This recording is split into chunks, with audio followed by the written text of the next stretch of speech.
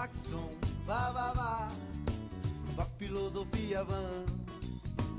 Claxon, vá, vá, vá, vá filosofia van. Claxon, vá, vá, vá, vá filosofia van.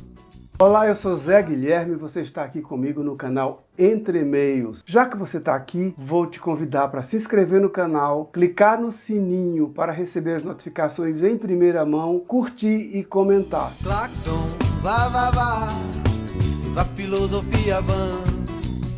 Claxon, vá, vá, vá, vá filosofia. Queria que você contasse um pouco dessa célula máter, desse projeto que a gente vai falar em seguida e mostrar.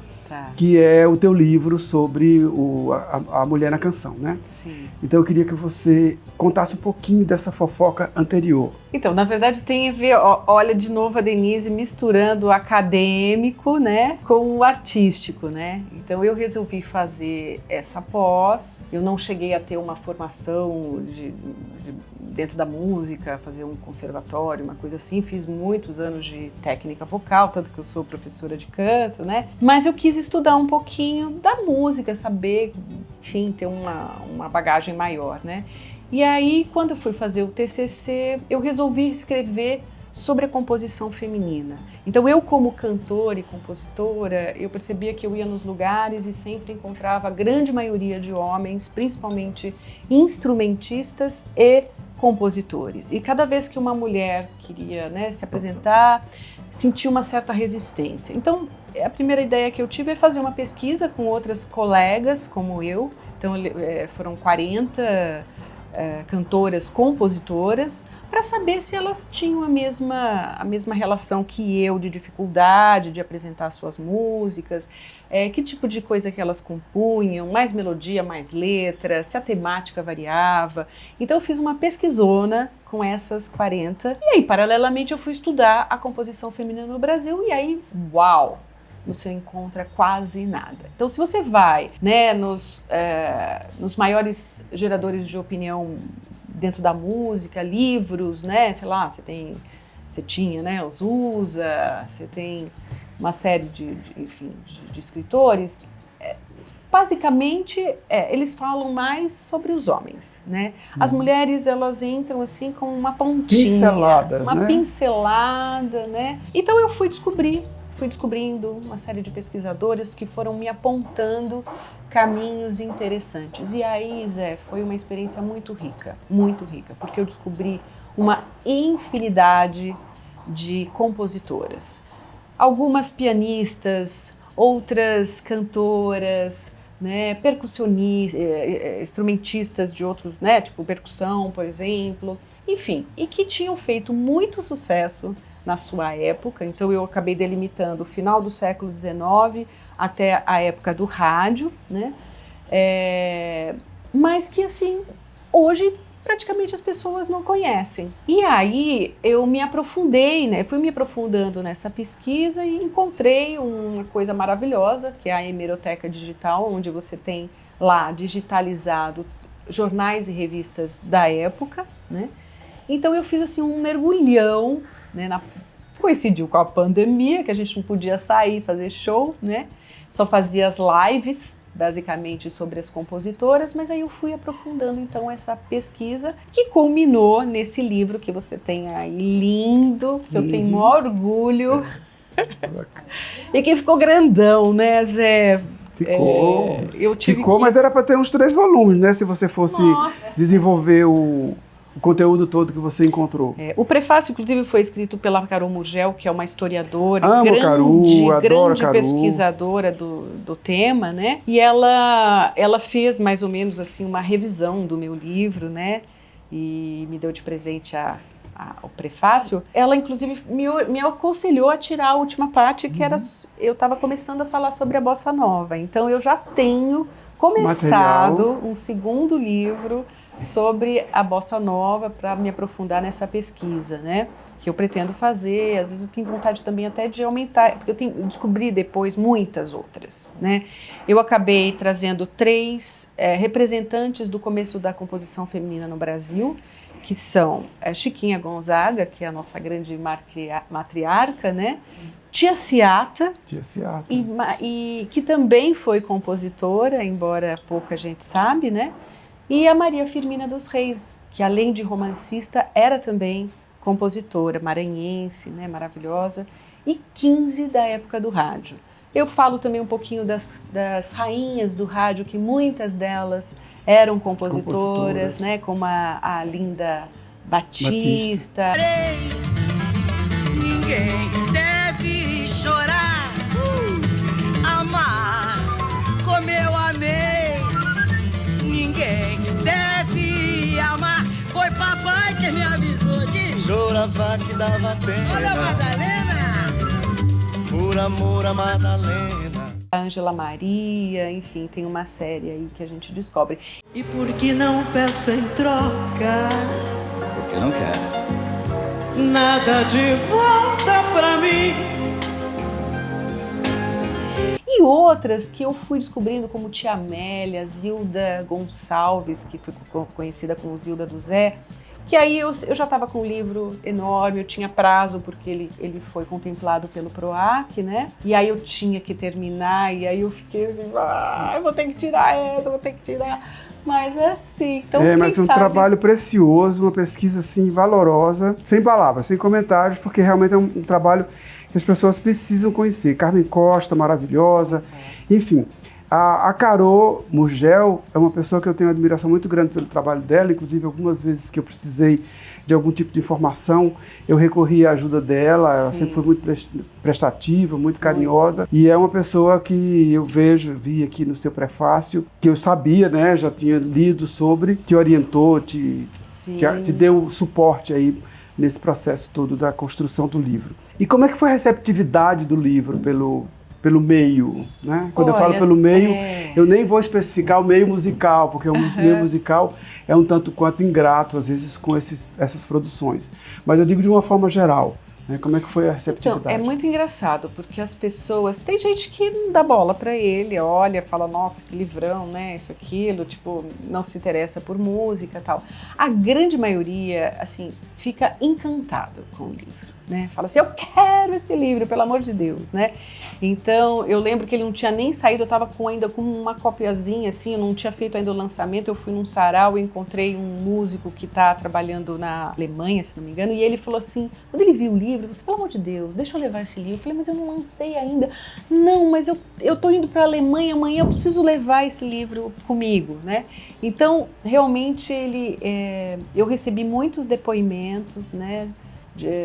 Falando de que é uma leitura muito agradável também, porque no final eu construí biografias para mulheres que não tinham, né?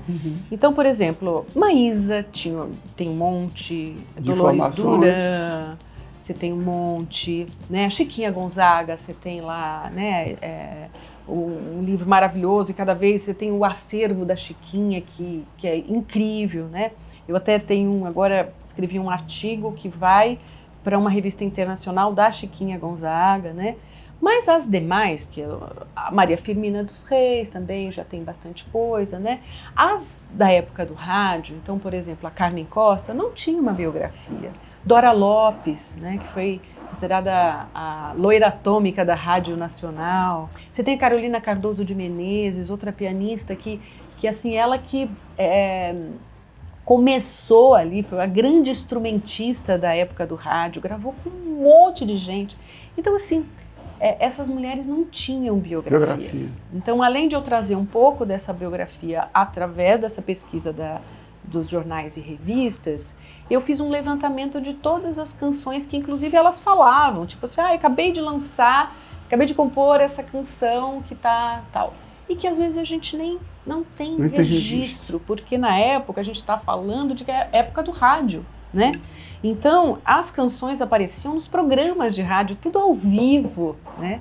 E aí, gravou, não gravou, quem ouviu, ouviu, quem não ouviu, não ouve mais, né? Infelizmente, a gente não tem uma grande parte de registro das composições que elas fizeram. Então, por exemplo, a Lina Peche é uma que a biografia dela fala em 200 canções E eu encontrei 98, entendeu? Dessas 98, eu diria que só a metade estava registrada, bonitinha, que a gente sempre consegue ouvir.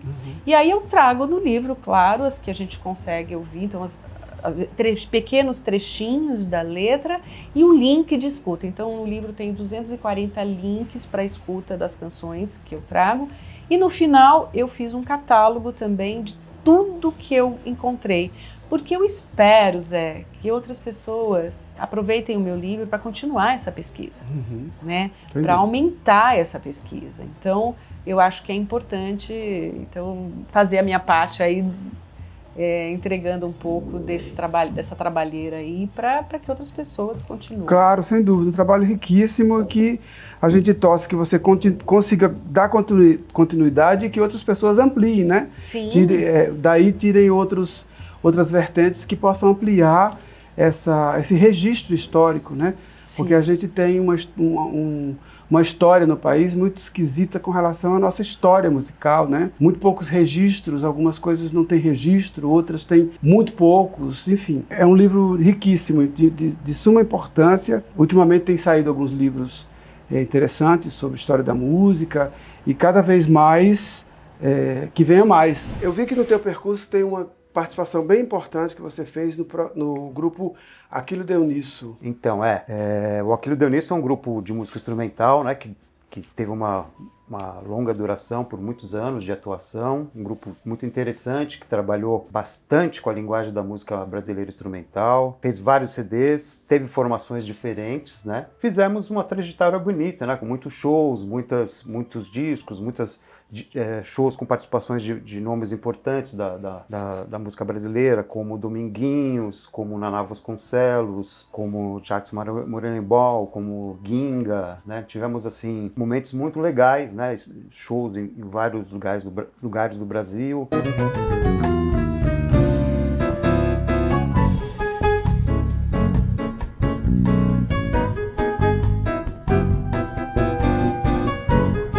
Eu trouxe até alguns discos aqui para mostrar, né? Então, por exemplo, esse disco aqui, Chico Buarque Instrumental, um disco que foi premiado e tal.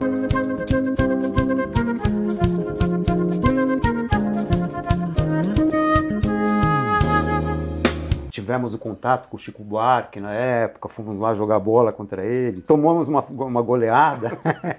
Tem vários discos aqui do Aquilo Deu Nisso, né? Por exemplo, esse aqui é um disco de transição que chama 5, que tem participação também de vários artistas interessantes. E o mais recente foi esse aqui, Piratininga, que foi de 2009. Esse Piratininga que é uma homenagem a São Paulo, né?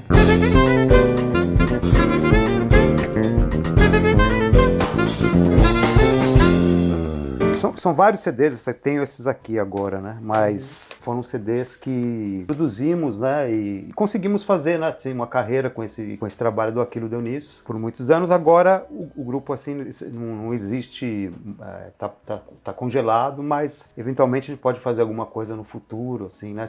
Fomos homenageados em 2019 pelo festival Brooklyn Fest, com uma festa muito bonita e com a participação super especial do João Donato no show. Então foi um momento bem bonito, assim, de festa, de celebração dessa história do Aquilo Deu Nisso. Antes disso, né, eu tive esse grupo também, que é um grupo muito importante na minha formação, que foi, vamos dizer, o meu primeiro trabalho artístico gravado, que foi o Café Jam, que é um trabalho também de música instrumental. Esse disco aqui foi lançado por uma gravadora norte-americana, então foi uma coisa muito interessante pra gente, né, ainda bem jovenzinhos, ter um disco lançado no mercado norte-americano. Também tivemos uma atuação legal, assim, fizemos muitos shows. Esse foi, vamos dizer, um começo de carreira bem interessante, assim. Bom, esse foi um começo de carreira bem interessante, mas esse processo de passear por outras praias além do Brasil, você fez outros trabalhos que circularam fora do país, não? Sim, eu tenho uma parceria muito interessante, uma coisa que surgiu com uma cantora alemã chamada Eva Jagum e o marido dela, o Manuel Jacek, que é austríaco, e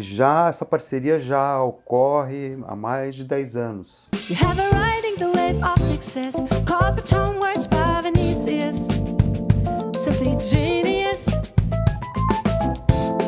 Every word that passed your lips, every chord shaped by your fingertips. Resultou em parcerias em gravações, ela já lançou umas 3, 4 músicas minhas em discos dela, eu gravei os discos dela, os últimos discos dela, ela também participou no meu último CD, já veio fazer show aqui, já fui lá fazer show com ela também já, né, com o Beba Trio, agora tivemos recentemente em Berlim e em outras cidades, ela ajudou toda a parte de, vamos dizer, de produção, ajudando pra caramba, assim, participou num show muito bonito que fizemos lá na Embaixada do Brasil em Berlim, né? Então é um trabalho muito legal. Esse aqui é o último CD que ela lançou, foi ano passado. Eu gravei várias faixas, temos uma música em parceria com ela e com o Manuel. E isso é muito legal, né? Circular com a nossa música por outros países é uma coisa muito legal, que é uma experiência muito gratificante, né? Então eu já tive a experiência de ir para os Estados Unidos, para a Alemanha, para Portugal. Com certeza quero fazer mais disso, porque é uma coisa que a música brasileira realmente ela é muito bem aceita, né?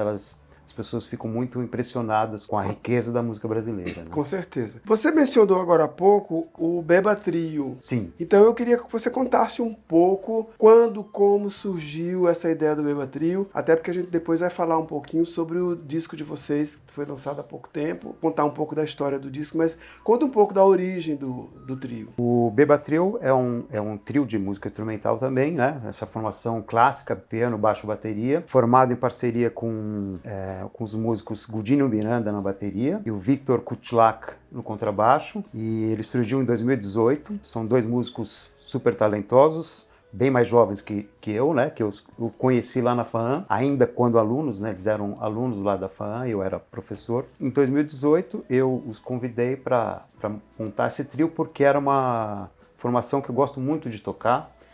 E fazia tempo que eu não exercia essa coisa de tocar em trio. Estava com vontade de fazer isso. Aí pensei, pô, esses rapazes poderiam ser ótimos colegas, né? E a coisa foi indo assim de uma maneira bem espontânea.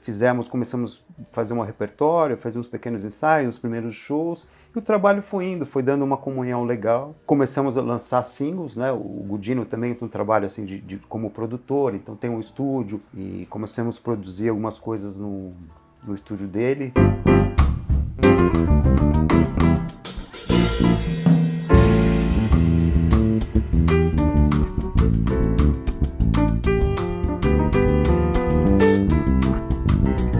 E o trabalho está indo, né? Lançamos singles. No ano passado lançamos o primeiro álbum, que é o Beba Trio e Convidados. Aí o trio com participação de mais 3 músicos. Paulinho Oliveira no saxofone e flauta, o Edu Paes na guitarra e o Gustavo Godoy na percussão também participam desse CD, né?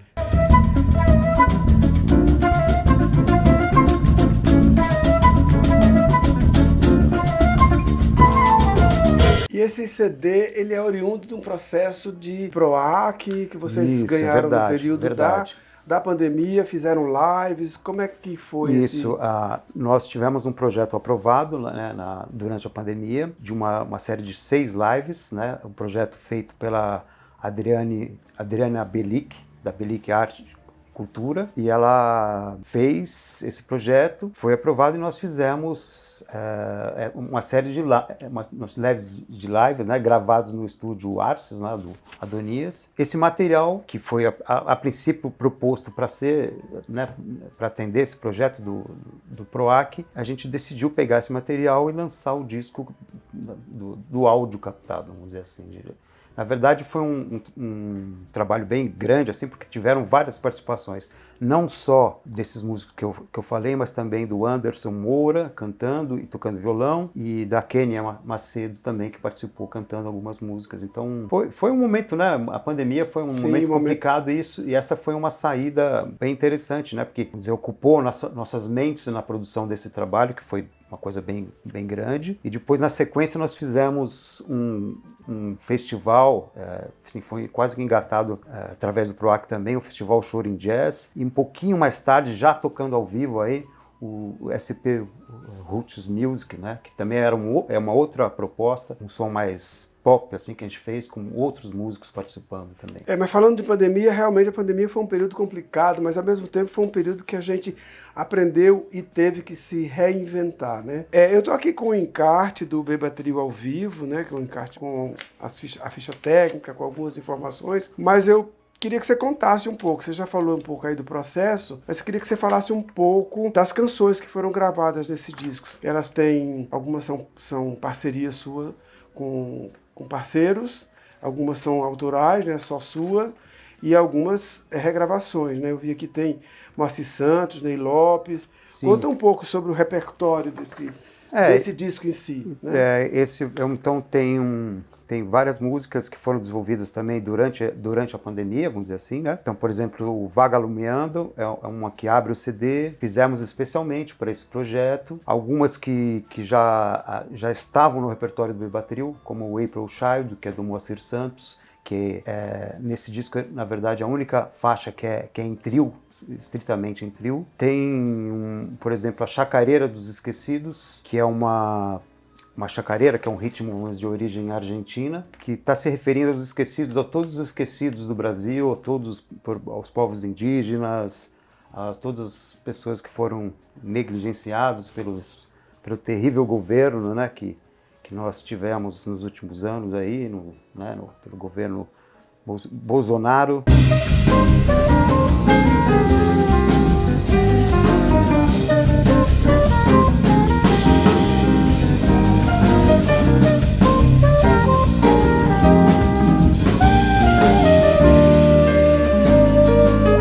Passando do Favela Radical, vamos para o projeto Rosas Periféricas, né, para o grupo Rosas Periféricas. E aí eu queria que você contasse um pouco como é que surgiu o grupo e os trabalhos que o grupo vem desenvolvendo. Então, antes da gente entrar o grupo foi fundado por mim, pela Gabriela Cerqueira e pelo Paulo Reis. Então, eu e a Gabi, a gente já se conhecia antes, né, desses cursos de teatro que eu fiz antes, dessas oficinas. E a gente tinha esse diretor, que foi esse espetáculo que eu comentei anteriormente, que foi o divisor de águas na minha vida, para eu decidir que eu realmente quero trabalhar com teatro. Ele sempre falou assim, vocês precisam ficar juntos, vocês precisam estar em grupos, em coletivos, para vocês se fortalecerem, para vocês continuarem essa caminhada na arte, porque a arte ela é seletiva, ela é muito difícil da gente permanecer trabalhando com arte por muitos longos anos aí pela vida. E aí, enfim, eu e Gabi entramos na faculdade e conhecemos o Paulo lá. E aí é isso, né? Vai fazer peça, não deixam a gente fazer o Paulo também é um homem negro. Não pode fazer, não sei o quê. E aí a gente decidiu se juntar, os três, e fazer um espetáculo. Aí a gente escolheu um espetáculo que é chamado Vênus de Aluguel. Vênus de Aluguel, que é do Valner Dansky, que é esse também diretor. E era justamente um espetáculo que narrava a história de uma atriz negra que ela se formou na melhor escola de arte dramática e ela não conseguia emprego justamente pela cor da pele dela, e aí ela acabou tendo que fazer outros trabalhos e foi para trabalhar numa boate onde ela conheceu outra personagem e aonde tinha essa personagem também que o Paulo fazia. São personagens que estão à margem da sociedade, são personagens que não são vistos, que são invisíveis para a sociedade, né? E a gente achou assim que esse espetáculo conversaria muito bem para aquele momento que nós estávamos vivendo. Mas ok, então se juntamos os três, vamos fazer uma peça. Como fazer, né? Se a gente não tem recurso financeiro, como que vai ser? Então a gente vendeu rifa, trufa, fez cesta de café da manhã. E a gente ainda tinha aquela questão de todos, né, tanto eu, Gabi e Paulo, moramos até hoje, né, na periferia, e a gente vinha pra cá, pro centro, pra fazer faculdade, e a gente tinha aquilo, então acho que a arte tá acontecendo aqui de forma central, então vamos lutar pra gente fazer aqui. Então foi isso, então vendemos essas coisas, juntamos, fizemos isso e montamos o espetáculo, né? Convidamos uma pessoa para fazer direção, que também era a Andressa Cabral, que também era uma outra garota excluída dentro da faculdade, né? Além de nós três, também tinha a Andressa, que era também que se tornava invisível no meio de todo mundo que estava ali. A gente convidou ela para fazer a direção, aí conseguimos dialogar com o autor também para a gente ter os direitos dessa obra e fomos... E aí o grupo já tinha nome, já chamava grupo? Na realidade ele não começou como Rosas Periféricas, ele começou como Rosas do Vento. Que era essa ideia mesmo da Rosa do Vento, que a gente já tinha essa ideia de querer ocupar as regiões periféricas. A gente já tinha isso para a gente só não estava colocando isso na prática. Então a gente pensou por conta, né, tá no norte, sul, leste e oeste. A gente conseguiu apresentar no Teatro X, que agora infelizmente ele foi extinto, né? Porque a gente também tem essa questão que aparece no espaço cultural, mas depois o espaço cultural é extinto porque não tem como, né? Enfim, o Brasil não apoia tanto a cultura como deveria apoiar. E aí a gente conseguiu deixar em temporada. Então a ideia a gente era ficar em temporada 2 meses, e aí a gente acabou ficando muito mais tempo. A gente foi sempre negociando ali com o espaço, e a gente trabalhava nesse período no restaurante. Então a gente fez um acordo ali também com o dono, né, desse restaurante. Então os funcionários iam assistir, aí cada funcionário que ia, ele pagava para esse funcionário ou essa funcionária ia assistir o espetáculo. E que também era uma história semelhante, né? Porque a personagem também trabalhava num restaurante, então trazia... E eram pessoas que trabalhavam em um restaurante que também moravam na periferia. Então foi aí o nosso primeiro espetáculo. Então a gente montou, se sentiu muito feliz e falamos, e aí, agora? O que a gente faz? Ainda com esses resquícios dessas questões da faculdade, a gente decidiu montar um clássico do teatro. Porque tem, né, eu citei a questão do Tchekov, mas tantos os outros do teatro europeu, às vezes limitam a gente fazer pela cor da nossa pele. Então a gente decidiu, eu e a Gabi estava fazendo um curso na Escola Livre de Teatro, que era um curso de História do Teatro, e a gente conheceu o August Strindberg. E a gente conheceu a peça Mais Forte. Então a gente decidiu fazer um mergulho nesse espetáculo da Mais Forte e entender nessa como que é trazer algo europeu, é uma mulher negra que vai estar fazendo, é um embate de duas mulheres, uma que é esposa, outra que é amante, essa figura masculina que sempre está em torno das mulheres. Então a gente trouxe esse recorte também naquele período, falando sobre o machismo, sobre o feminismo também de alguma forma, como que essas relações dessas mulheres a gente pode construir de uma nova forma. E fizemos esse espetáculo, né, para provar também pra gente que a gente poderia fazer qualquer tipo de teatro. Então, se for pra gente fazer, vamos fazer teatro novo, a gente vai conseguir, vamos fazer teatro europeu, tudo a gente pode fazer, independente de quem você é. Entendeu? Porque é isso, a arte ela não pode limitar. Aí depois a gente notou que só que ficar aqui no centro não estava sendo tão... A gente não estava vendo as pessoas iguais a gente, com exceção desse período que foi essas pessoas desse restaurante. Então é muito mais difícil uma pessoa que está lá do outro lado, atravessar a cidade, atravessar a ponte, vir aqui assistir alguma coisa, né? Vem 5 pessoas, uma família, transporte, alimentação, são várias coisas que a gente pensou referente a isso. Então, a gente decidiu fazer um espetáculo infantil. E esse espetáculo infantil a gente decidiu circular pelos parques da Zona Leste. E aí a gente se sentiu muito feliz, porque a gente viu pessoas iguais a gente viu os nossos vizinhos, os nossos amigos, pessoas que cresceram com a gente, ou pessoas que tapa por passagem ali no parque. Então pra gente foi assim, nossa, muito legal isso. E aí também a gente fez o Fêmea, que é uma performance, que eu e Gabi começou a trabalhar no SIM, que era o Centro de Informação Mulher, que é uma ONG feminista, que inclusive agora está sendo despejado do ambiente que tem. É o maior acervo de memória e periódicos e livros e fotografias que conta a história da mulher da América Latina e está sendo despejado agora. Aquilo que eu vivenciava na prática com as mulheres da minha família, quando eu cheguei no SIM, eu fui entender a teoria do que é ser uma mulher na sociedade. Então a gente levou isso para o Rosas e decidimos montar essa performance falando sobre as mulheres. Então foi uma homenagem às mulheres. E aí a gente entendeu que a gente fechou um ciclo, porque fizemos a primeira peça que tinha mulheres como protagonista, a segunda também, e a terceira a gente fechou,